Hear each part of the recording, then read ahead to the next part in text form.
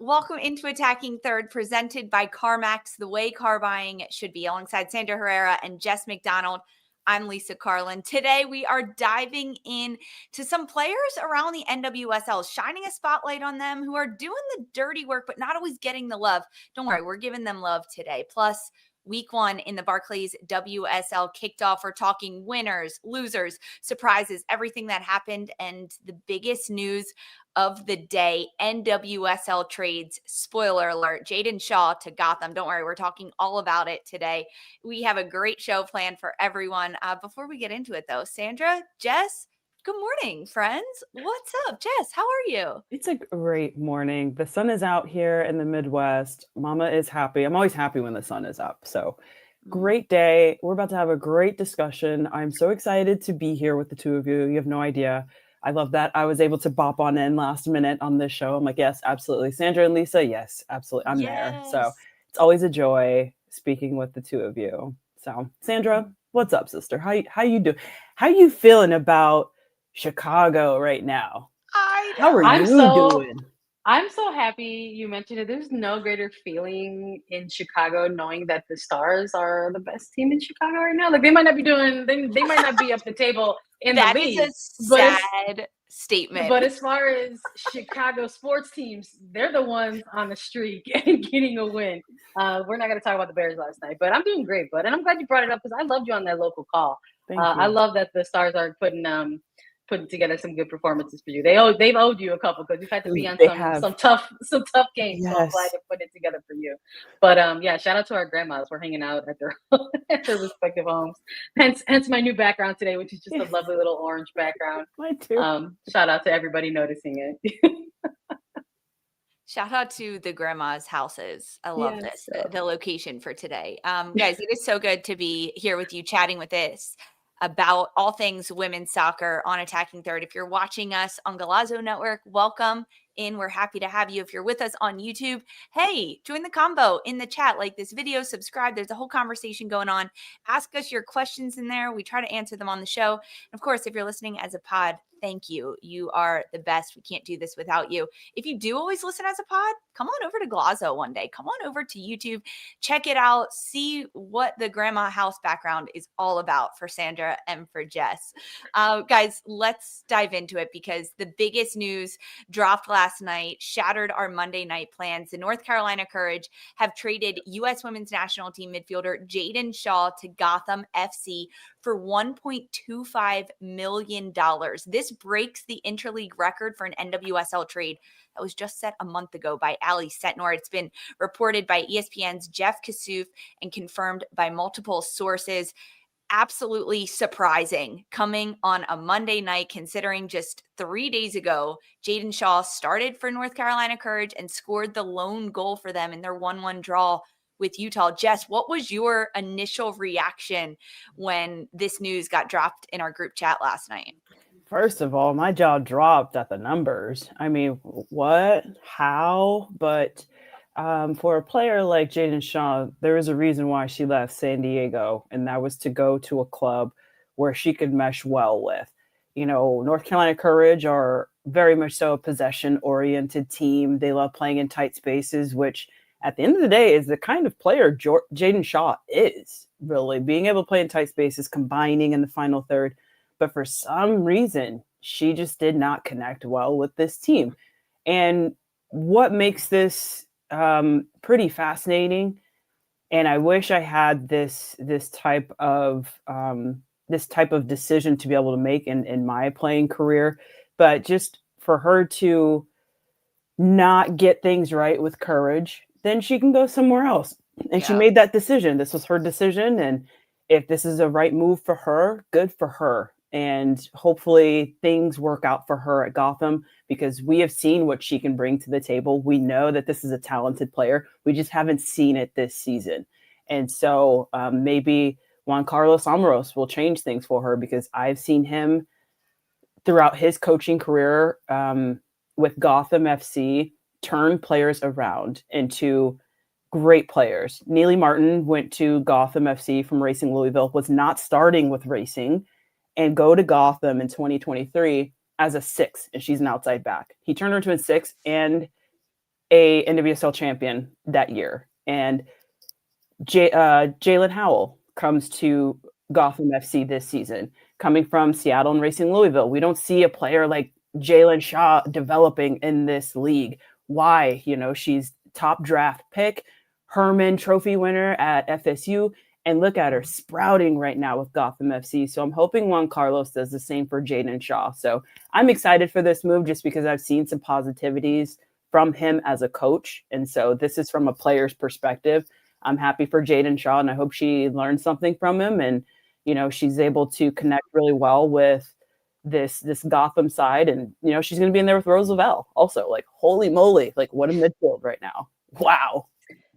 I think in the immediate sense, if we're looking at like winners, losers side of thing, I think the Courage are actually coming out as winners in the immediate sense. I think in the long-term sense, we might revisit a move like this and say, hey, wow, look how this has maybe panned out for Gotham. But as far as getting a player for potentially 400K plus with incentives or tack-ons, and then now before the season is out, almost double, potentially triple the amount that you're getting in a return on the transfer fee, like, you got to say that's a lot of money for North Carolina Courage.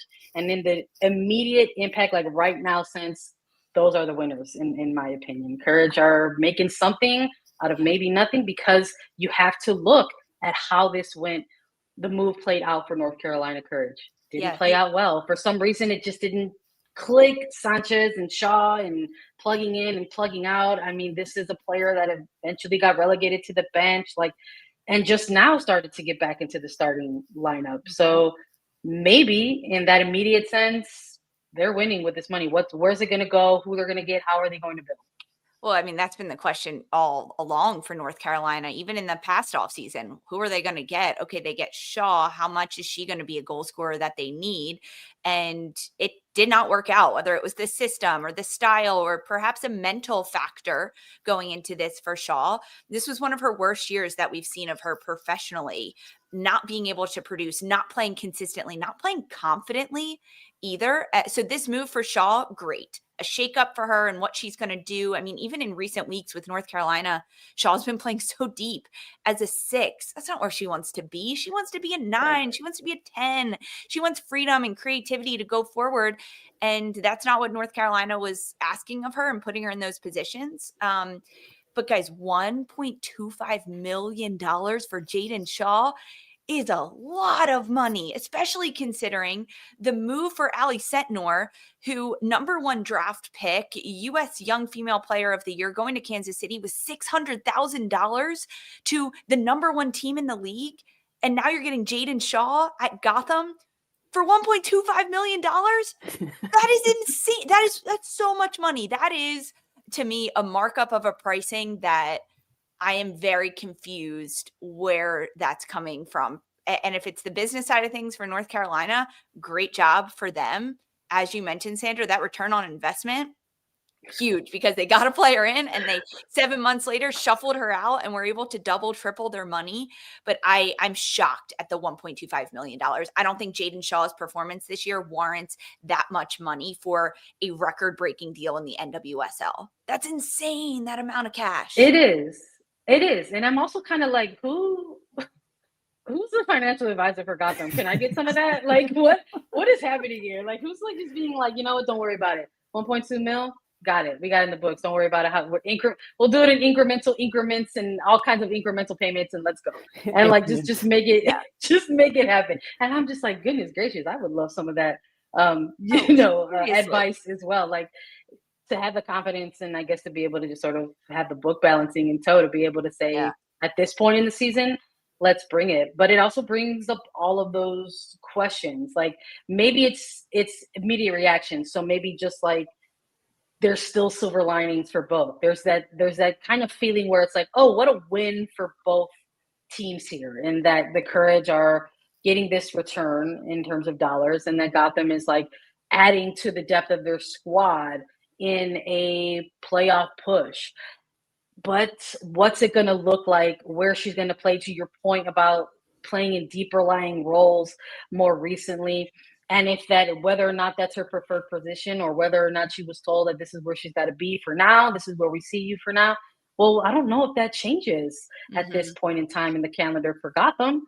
Like, they've got a number of players that are in the midfield, I think, that are in front of Shaw at this moment as well. That's why I think it works, actually, for Shaw to go to Gotham at this point, because Gotham, a big picture, back-to-back wins in the NWSL. They, after 6 straight weeks of being just hovering in 8th place above that playoff line, they're now into 6th place. They're finding their groove. So Shaw goes to this team where there's absolutely no pressure on her to perform or be the superstar, be the $1.25 million signing, with all the weight on her shoulders to score all the goals and lift this team out of the cellar in the standings, because they're already there. They sit in 6th spot in the standings.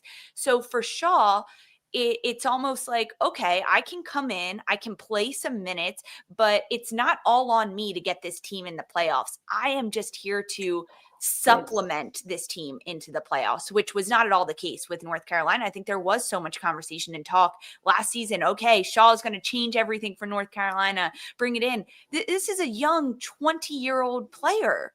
She can't handle all that pressure. She shouldn't have to handle all that pressure to be the one on the team to do it. And that's why, for me, Gotham and Shaw, I think she's going to fit in really well. Maybe not get the minutes that she wants, but the minutes that allow her to contribute in bursts and pieces to be a depth player, which is so crazy for a $1.25 million signing. But that's what they're going to ask of her this year, and that's plenty.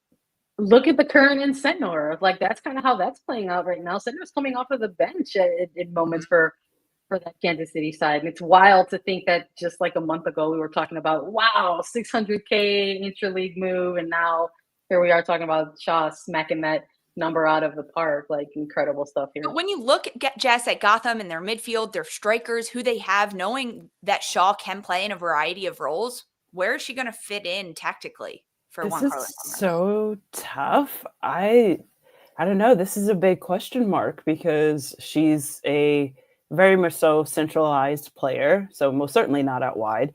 You know, she's going to have to be in the middle, but I really don't know how Juan Carlos Amorós is going to use her. They have a 9. They have a natural 9 on their team, who's obviously in Golden Boot race, Esther Gonzalez. And so, I don't know. I haven't seen her and Rose play too much together with the US team. So like, I don't know. I can't even answer that question.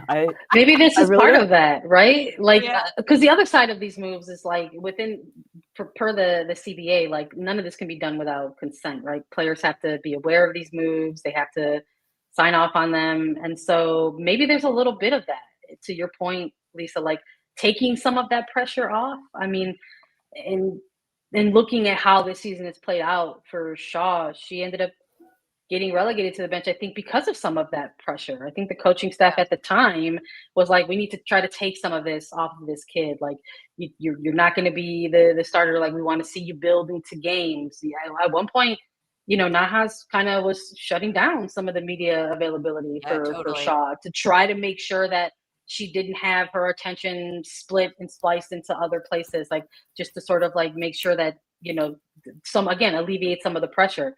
Things still ended up playing out the way that they did, but this is, you know, no ifs, ands, or buts about it. The number attached to the current form of the player, I think folks are like really fixated on at this moment. I think I said it in our group chat. I was like, I was a little surprised that Shaw moved out of the Courage before maybe somebody like Ashley Sanchez, because I think there's also a underlying conversation there to ask about whether or not that's panning out for them as well. Everyone in the YouTube chat is like, what about Ashley Sanchez? She's got to be next. Get her out of North Carolina. Shout out to all you guys. I love it. Yeah, the chat knows, baby. And so I'm just kind of like, that was my first reaction. But who knows? They got this return on Shaw. That's not to say that maybe there won't be a future move for players in the Courage. You have to wonder if at this point in the season, making this move, do you take a look at where you are in the standings, and are you maybe not necessarily waving that white flag, but maybe you're starting to tie it together and look a little bit ahead to next season. So what are they going to do with the funds that are coming in? Is there still going to be an additional move to be made? Is this a move like this absolutely signals, if you didn't know before, maybe this signals that North Carolina are sellers and you should be getting on the phone with them if you're looking for additional players. Like what and who will they continue to build with moving forward. So there's a lot here, I think, for both sides. I think for Gotham, it's like, where's she gonna fit? Is she just gonna be depth? Like how's she gonna come in? Is this gonna be more depth for them? And is that going to be a really good thing for Gotham? Is not only they do their playoff push, but they have heavier match loads with things like CONCACAF W Champions Cup. You have to make sure you have those depth players, those players that you can kind of swap in and out. And then I think for the Courage, there's still that feeling of like what's left to come. One last thought from me. You guys remember, obviously, Jaedyn Shaw playing for San Diego Wave. Casey Stoney started to bench her. North Carolina pick her up. She's continuing to be benched. Why is that? Is this a player issue, though? We have to look on, both sides of this. So, like, how... Like attitude-wise? Attitude-wise? I don't know what her attitude's like. I'm just throwing that out there. I never played with her. I don't know, what her demeanor is like at practice. But this is supposed to be a world-class player who's not even starting for her club. I mean, it's been a very long time since she has consistently started for a club.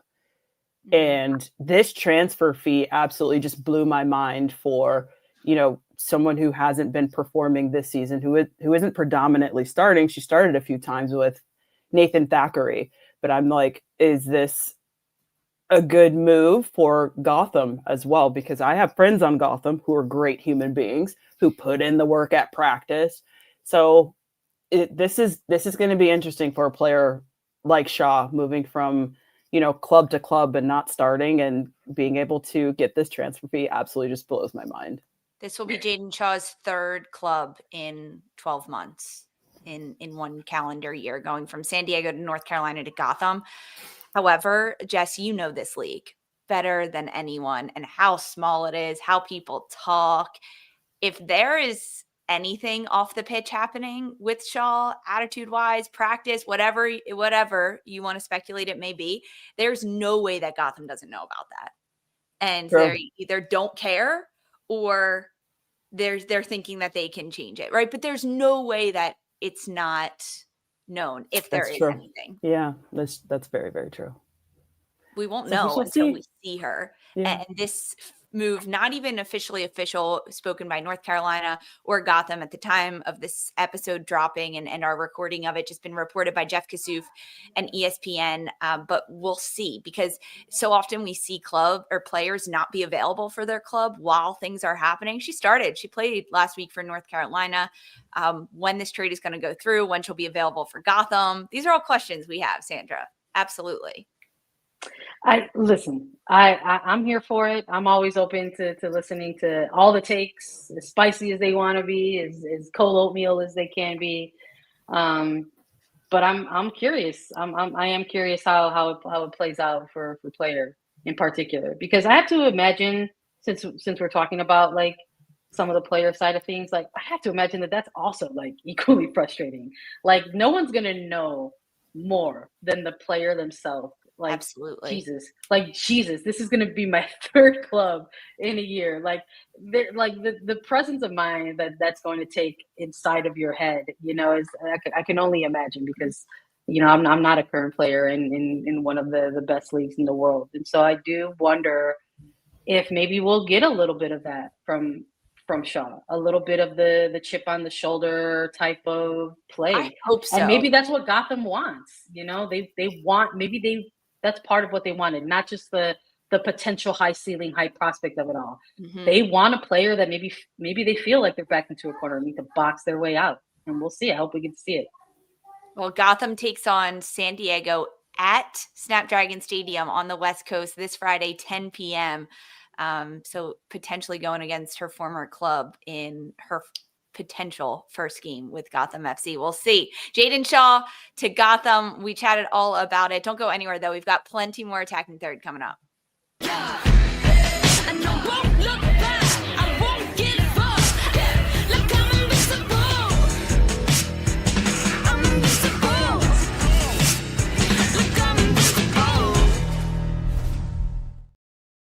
Hey, welcome back to Attacking Third, presented by CarMax, the way car buying should be. This past weekend, we had the first week in the Barclays WSL.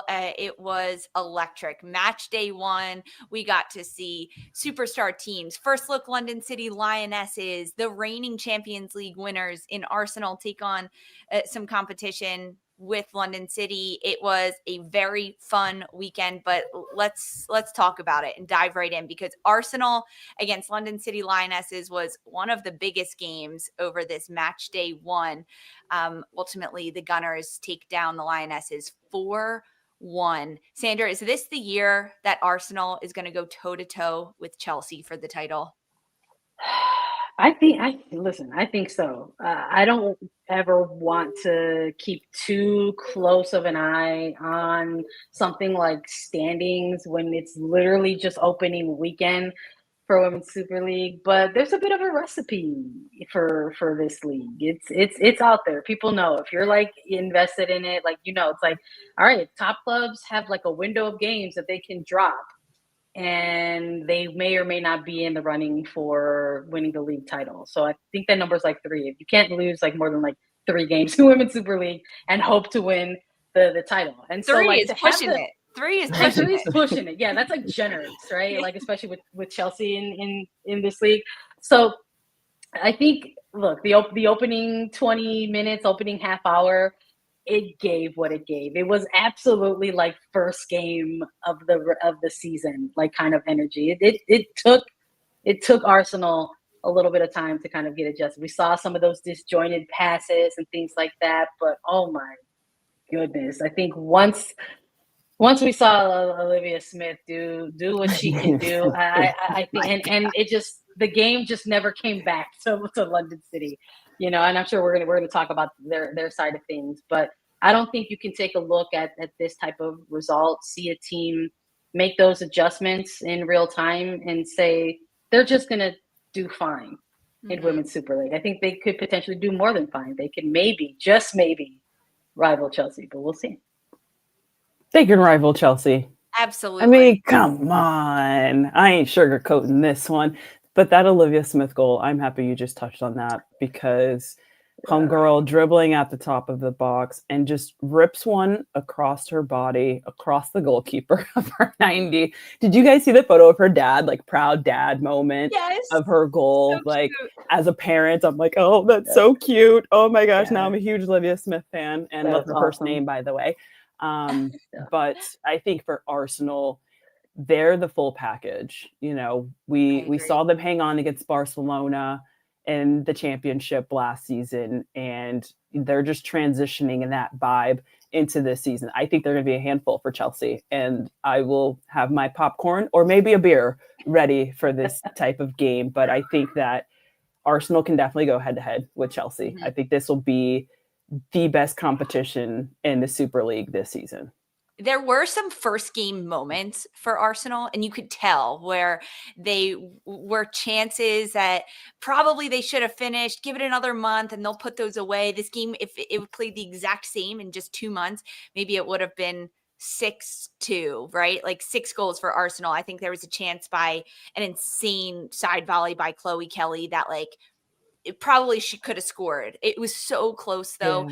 Yeah. But the amount of chances that Arsenal created on target and on goal, oh my gosh, we're so good. We're so good to see. They finished really good looks. They created.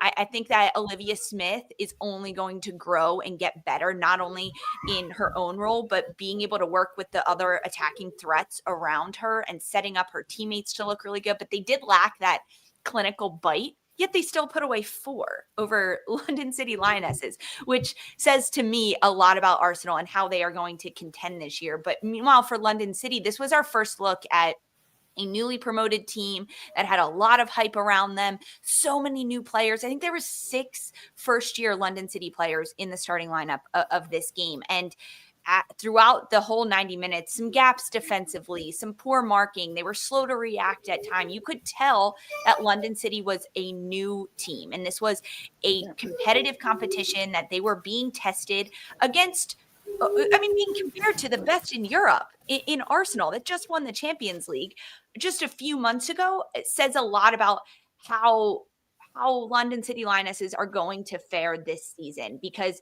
they are super opportunistic. They have a lot of veterans on this.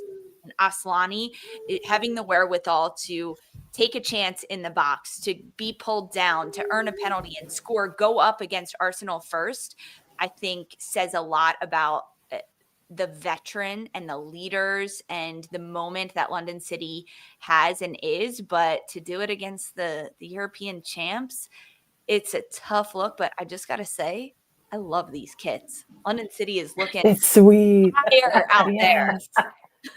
But when they went up 1-0 in that game, I'm like, oh, okay, we got a little bit of hope here. Okay, London City. All right. So I'm at the edge of my seat because I'm like, okay, Arsenal isn't playing horrible. You know, it was a penalty.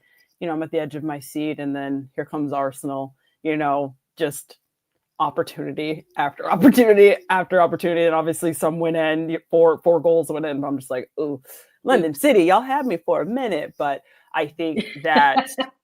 I think just getting that first goal of the season, especially against Arsenal, I think they're on the right foot right now. And I still believe in this team, but Arsenal, they're top notch, you guys. Oh my God. They're so much fun to watch.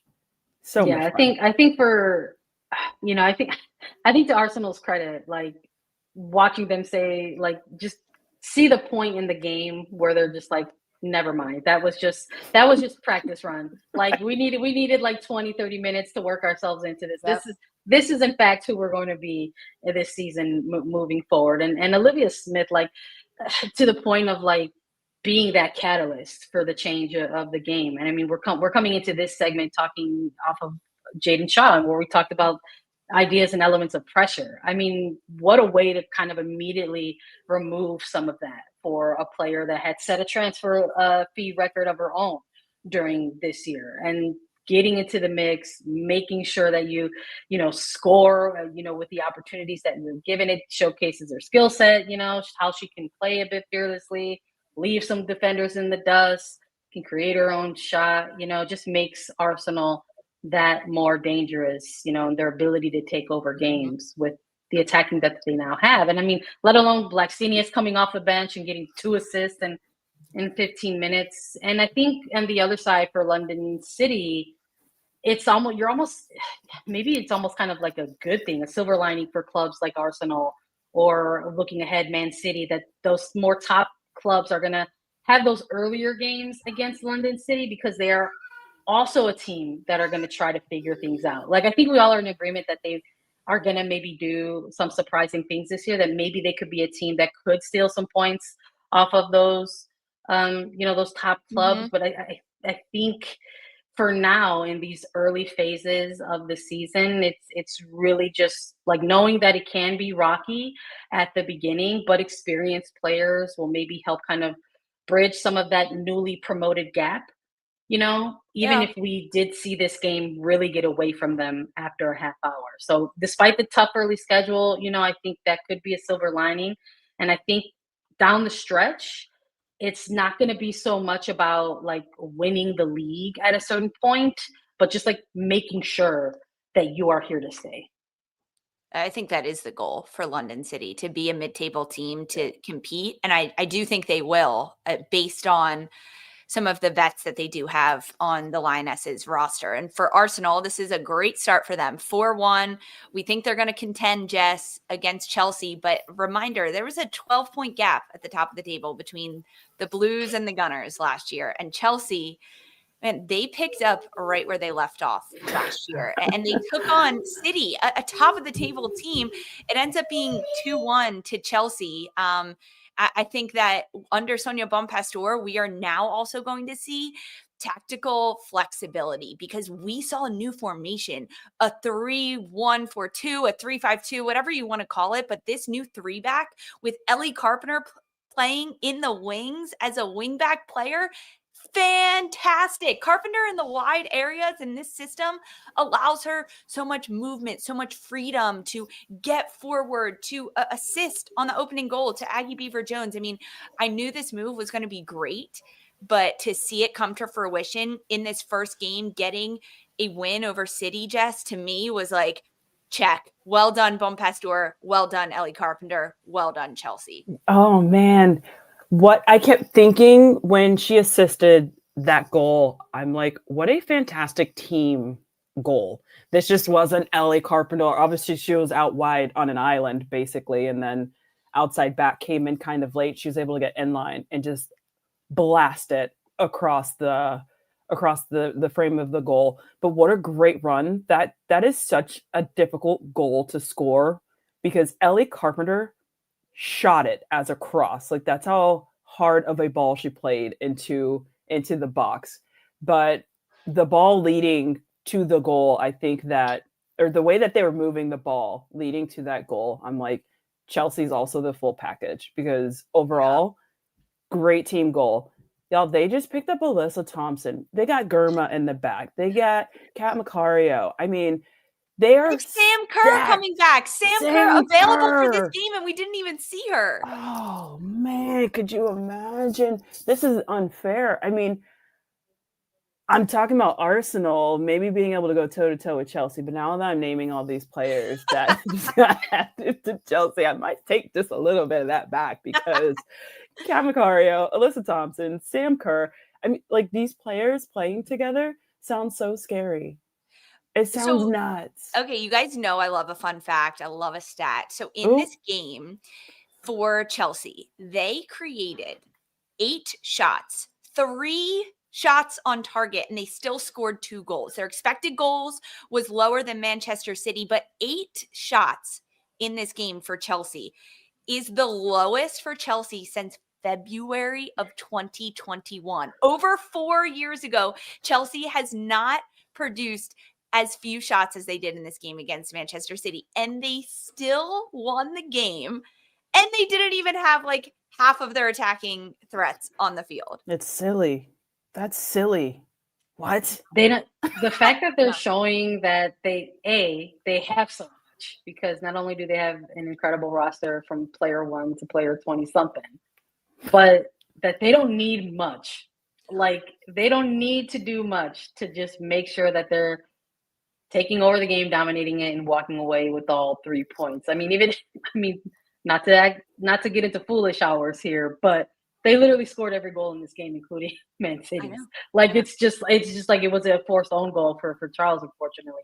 But the 3 on target essentially over 8 looks is just Chelsea doesn't need a whole lot of time. And I think maybe, in terms of like breaking down the game like a bit, like maybe that was a little bit of Man City's misjudgment or lack of adjustment, because it's not like they didn't have their chances on the other side. I think if we're going down the stats of the game, I mean, they doubled that, right? 17 shots, 5 on target, right? Like it's like, so they had more than had their opportunities. It's just kind of looking at maybe the stretches of momentum in the game a little bit. It's almost like first game jitters on different ends. For City, they created, but they weren't clinical. And for Chelsea, they didn't create as much. They didn't have as many numbers forward, but they were so clinical when they got those 3 shots on target. Yeah, 100%. And it just was like, if Carpenter is putting together this type of game, like you could just see this game kind of like filtering and flowing through her at times. Like, why would you have stretches of the game where you like just kind of not operate in the wide channels? Like you would want to like make sure that you're maybe trying to focus on this player, like limit some of their energy. That doesn't happen for them. And maybe, you could also take a look at the fact that there's this substitution for Alex Greenwood, which is not great for Man City. I think they're going to be hopeful that that's not significant, and so I think that was also just one of those on things. Alex Greenwood before you jump on, Sandra. So Alex Greenwood, she left this game at the end of it. The center back captain, dude, I think it was like a hamstring at the time. She was back in training yesterday with City, which is really good signs. Good. Also, Lily Murphy, the young player who played on the wing for City, she looked really good. She left that game with a bit of a knock as well. I don't personally have an update on her yet. I couldn't find anything, but we'll see very soon with what City's going to do. So good news for Alex Greenwood. She was training yesterday. Hopefully they can like just push past that then, because I think that was part of like, I think Man City's narrative kind of coming into this season. It's just like, how are they going to manage those injury bugs that just kind of find themselves, nabbing at the roster, and will they be able to just sort of kind of manage those alongside of a lengthier season? And so, maybe not the way they want to start and or finish a game, but I think that roster and what they did have stretches of that game and what they ended up putting together is just more examples of like, I can't really count this team out in terms of where they might finish, 1, 2, 3, or potentially 4. Yeah. City is always a team that looks dangerous and has threats going forward. They get to take on Brighton this upcoming Friday in week 2 in the WSL. Meanwhile, Arsenal will take on West Ham. Chelsea will see Aston Villa. And for London City, after going with Arsenal, they now get to take on a Manchester United team that 4-zip over Leicester City this opening weekend. Is this just for Manchester United? Is this a team that maybe we slept on a little in our previews and what we could expect from United? I definitely think we slept on Man U a little bit. And I think with this opening game for them and just how dominant they looked for the start of a season, I mean, just so impressive. I thought they were so impressive. And so this is a team that I see at the top of the table that's going to be very, very difficult to beat. I think that they will make it very difficult for the Man Cities, the Arsenals, and the Chelseas. I see these being very close games moving forward because they have that final third star power where they had me at the edge of my seat and I'm just like salivating from the mouth, just like, oh my gosh, this is so amazing. The way that they're moving the ball, especially in the final third. Y'all know I was a striker, so I'm all about final third play, and they're just so brilliant in the final third. So I think they're going to be one of those top teams that, we slept on, for a little bit, but they woke me up real quick. I'll tell you that. The addition for United of Jess Park, Sandra, to me is really, really going to be big. I think it's going to pay off big time for United. I think she fits into how United want to play, what they want to do, because she is so good with the ball at her feet. They want to maintain possession, and she does such a good job of maintaining it, keeping it, wanting to go 1v1. She can go left, she can go right, she can cut inside, go end line. And Park is going to add that little wrinkle to United's game, just someone else that can keep it. But I think with Champions League, United have their first, or they have like a midweek match against Braun this week. If they can manage the rotation, manage the high level of possession and also defensive stability of keeping another shutout midweek, I think it's only going to help them, especially as they go into week 2 against London City. Yeah, I think it's an example of Man United figuring things out in terms of the window that they had.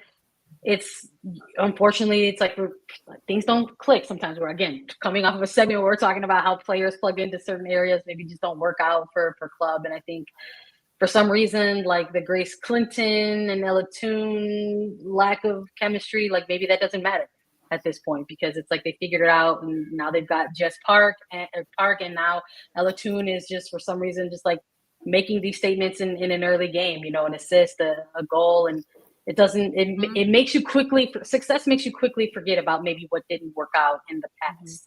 And I think for Man United that's important if they want to try to move forward. You can't think about what you didn't ever have before, or maybe there was lack of movement or lack of players coming in versus ones going out, because now that they've got just Park, Ella Toone is kind of looking and feeling more comfortable in this first game. Mallard having the performance that she had for Man United, like it feels like okay, maybe there can be some fun things for United going forward here, and make sure that they're going to go ahead and put together some fun results for their fan base. They haven't been in this league too long, right? I think it's talking about looking back in 2019 with Casey Stoney, and it's just you want to see that progression, and hopefully this is really actually the turning of the page. Yeah, it's just week 1. We won't get too ahead of ourselves with the United, but when you think about week 1, Jess, other big picture winners or losers, anything else stand out to you from the WSL? I will have to say Vignola. We haven't mentioned, oh my gosh, that hat trick for for Everton, I think that, first of all, Liverpool, what y'all doing? I think them getting rid of Olivia Smith was obviously a huge loss, but Everton just looked absolutely amazing. But Vignola, a hat trick. What is she, 20 years old? Yeah. I believe. Like a young gun like that scoring a hat trick is so impressive. I think that she brings just a little pizzazz for this Everton side, something that they've been needing. But for Liverpool, huge loss when they lost Olivia Smith. I'm like, who's going to replace her? What are you guys doing? Yep. And then after this game, I'm like, okay, y'all need to do something with that transfer fee because this ain't it so far. So struggle bus, Liverpool, Vignola, props. Like, oh my gosh.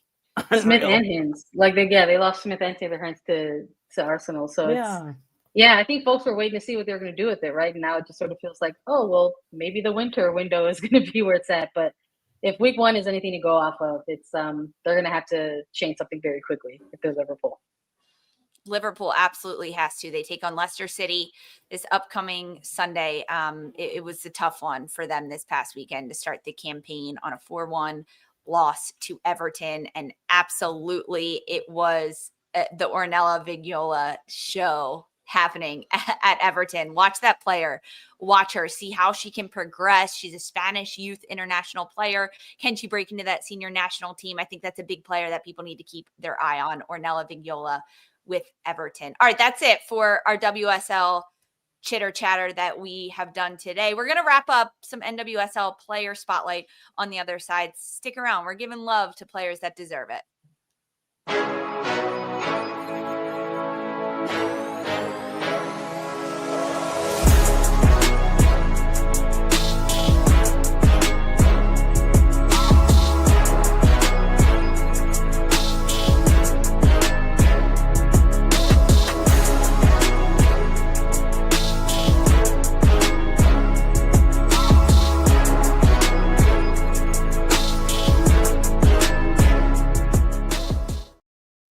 Welcome back to Attacking Third, presented by CarMax, the way car buying should be. We are chatting players that have flown under the radar, that deserve a little love. Maybe they don't always have the flashy moves or they're hitting the stat sheets, but they are integral in their team's success on and off the pitch, and especially in their push for the playoffs. J-Mac, we're starting with you, my friend. Who is your NWSL player spotlight?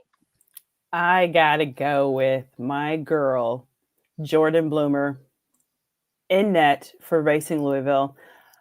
This is a player I have had the honor of playing with for 2 seasons.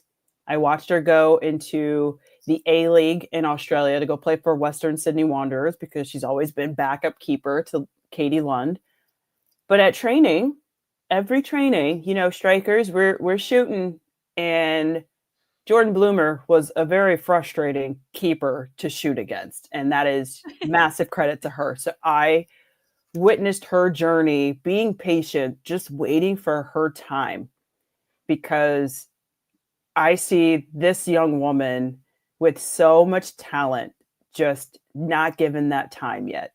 And here she is. She's finally getting her time, and she is just sprouting for this Racing Louisville side. I mean, stopping penalties from top players in the league. I mean, she has just uplifted this club in a different kind of way than what we've seen with goalkeepers in the past for this Racing Louisville side. And you want to talk about pure professionalism. This young woman is a beast. And unfortunately, she went through a back injury not long ago, and it took her a while to get back. And after coming back, she came back an even better player, which is absolutely insane. So my player in the spotlight right now is Jordyn Bloomer. I'm happy everyone knows who she is now. She has made a name for herself now. And this is a player that I've been waiting to see play in the NWSL and consistently play, get her minutes that she is absolutely deserved. And when Katie Lund comes back from injury, this is going to be a great competition between these two keepers, because Jordyn Bloomer, I think, is here to stay right now. I love this shout for Bloomer, Jess. I love the swag that she has. So much swag. She makes a save and she's like getting up for everyone. Like she looks like she's ready to run through a brick wall. And then the team feeds off that energy. And because she's been doing so well, we've actually gotten to hear a lot of interviews from Bloomer and hear her talk to the media. And I really like her personality. When you were playing with her, how would you describe her personality off the pitch? That's her. She's your hype man on and off the pitch. But all honesty, I do got to give her a shout with how incredible of a human being she is. So y'all know I was a single mom throughout majority of my playing career, and not just a single mom, but only mom on majority of the teams that I played for. So long story short, like my son, Jeremiah, he didn't grow up with a bunch of aunties. It was just like me and my kid, and not too many players throughout my career really, would go and play with him or anything like that. Like it was fine. Like that didn't bother me, but just like things didn't click for my son and a lot of my teammates. But I get to Racing Louisville. We're the youngest team. I mean, I'm one of the oldest players, but we are considered the youngest team in the league at the time. And here I am with these young teammates, and Jordyn Bloomer being one of them. I remember having an appearance one day, and this is like Jordyn Bloomer in a nutshell. Neely Martin, Sav DeMello, and Jordyn Bloomer came and picked Jeremiah up. I had an appearance for just 1 hour, and I was like, hey, can you guys just hang out with him, whatever. They came and picked my son up, took him to 7-Eleven, had Slurpees, got all this junk food, took him swimming at the team apartments, and like Jordyn Bloomer's taking selfies with him. Like she's a kid at heart, but that just shows you how genuine of a person she is and how much of a difference maker for me that is as a mom.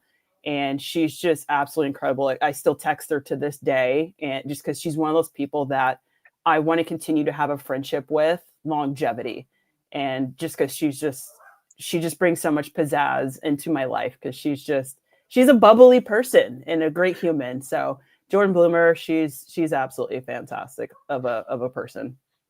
I love that. I love that so much. Jordyn Bloomer, seeing red, making your life hell on the pitch, and then taking your kiddo out for Slurpee. Yeah. I love it. What a story. No, it just like lends more to like her energy as well. I love that. Like we often hear about like goalkeepers, they have to be built a certain type of way. And sometimes they could be a little psychotic, or sometimes they're just like a little bit more isolated and reserved, like sometimes they're the goalkeeper that like sees white, or they're the goalkeeper that sees red. And I'm here for the goalkeepers that see red sometimes. I think Jordyn Bloomer is a great shout. I'm gonna go a little further up the pitch for an underrated player for me. I'm going with Sam Meza, Seattle Reign FC. I think this is a player who has been putting in shift after shift after shift for Seattle, and it hasn't gone completely unnoticed. She did get a call into U.S. national team camps just ahead of that mid-season break, but it's about being consistent. And this is a player that was with the Reign as a high prospect, maybe wasn't getting a lot of minutes, and was open to this kind of, getting loaned out a move. She ended up going to women's USL, played for Trinity, and got 14 starts, playing constant 90s, scoring a couple goals, getting an assist. And you kind of see how getting match time, getting game minutes has kind of translated to boosting her game up in NWSL. And it's paid off with these performances with Seattle Reign. I mean, this is a player who has covered so much ground for the Reign, I think to the point where maybe almost kind of goes a little bit unnoticed, like leads the team in recoveries and blowing it out of the water with like 120 at this point. So she covers a ton of ground with them. It leads in tackles made with 78. And, that's also like with her duels as well with like 212. So it's like she's leading the team in these varying categories where it's someone who you could see who is trying to set the tempo, trying to help control games, working inside of those central channels. And so I just like the work that she's been putting together. And I think with the results, especially at this current time that Seattle has been getting, where they're more narrow, they're more tightly contested, I think sometimes that goes maybe even a little bit more unnoticed, because it's not only is it difficult to win games in NWSL and get all 3 points. I think Jesse can attest to this. It's also difficult to make sure that you don't lose them completely. And that can sometimes be just as hard in the midst of this point on the calendar. But when you have a Sam Meza on your team, helping to make sure that those things are regulated, it's a little bit easier. So I'm giving her a shout out on our underrated segment. I absolutely love that shout. Sam Meza has definitely made a name for herself. TR said it. Mighty Meza, she's so tiny but plays huge. But I was just about to use this comparison to Denise. She almost reminds me of like a Denise O'Sullivan a little bit. Ooh. Like this small player, but brings this like juggernaut type personality on the field. I'm like, ooh, child, where'd this young woman come from? She reminds me of Sully. And also like a player that doesn't get a lot of the flash and a lot of the love, does a lot of the dirty work, kind of quieter on the pitch, but then like makes these big tackles and big moments. Good comparison. I like that. Meza to O'Sullivan. Yes. Ooh, and good shout, Sandra. This is like one of my favorite segments to talk about players that don't get enough love. I'm looking to the Pacific Northwest. I'm looking to Portland Thorns and their young rookie forward, Pietra Tordin, who has come into a team that there were so many question marks surrounding the Thorns. How are they going to score without Sophia Wilson, without Morgan Weaver getting injured early in the preseason? What were they going to look like? They had a midfield that could do so much with Sugita, Fleming, Coffey, but what was their front line going to look like? And there are not a lot of expectations on a rookie coming into the league out of the Ivy League, and how are they going to make an important impact? And Tordin has done that. Despite being in and out of the lineups for Portland, when she comes onto the pitch, Tordin is such a key player in how they build up. She's got this grittiness about her that can toe poke a goal in, be active inside the box, but she's also so skilled that she'll hold up the play, she'll combine. And to see a rookie be able to do two different types of attacking in the same run of play is really impressive. 4 goals for Tordin this year, and a huge part of why Portland has jumped themselves up to the top of the standings, continue to make a push for the playoffs, and now pushing for a home playoff spot. A lot falls on Tordin, and I don't think we give her enough love. Tordin is a great shout. She's fantastic. Young woman. Speaking of Portland, y'all, I had to surprise you with the jersey today. Oh, let's Portland see it. Thorns. Yes, and shout out to my girl, Christine Sinclair. She signed my jersey also. Wait, we can't see the hair. Oh, nice, yes, that's legit. Okay, so I traded so many jerseys throughout my playing career. So, Lisa, I love that you started the trend of wearing jerseys on this show. So, shout out to Pietra Tordin, born to Brazilian parents. She brings a little bit of samba on the ball. She almost reminds me of Debinha by the way she combines with players, holds the ball up like that toe poke. She's got the skill. She could turn on a dime in tight spaces and score with both feet. I mean, I think this is a rising star in the NWSL who I am looking forward to continuing to see play. So I love that shout for Pietra Tordin. And I'm happy that she chose to represent the United States at the U20 level for the World Cup, because she had the opportunity to obviously play for Brazil as well. Her parents are both Brazilian born. And so I'm just happy that she's wearing the U.S. jersey and that she is a shining young star in the WSL for Portland Thorns. She's awesome. Yeah, I'm with it. I agree. I think it's a great shout. I love a player who just recognizes the moment in front of them and just takes the opportunity and jumps like feet first, like just right into it.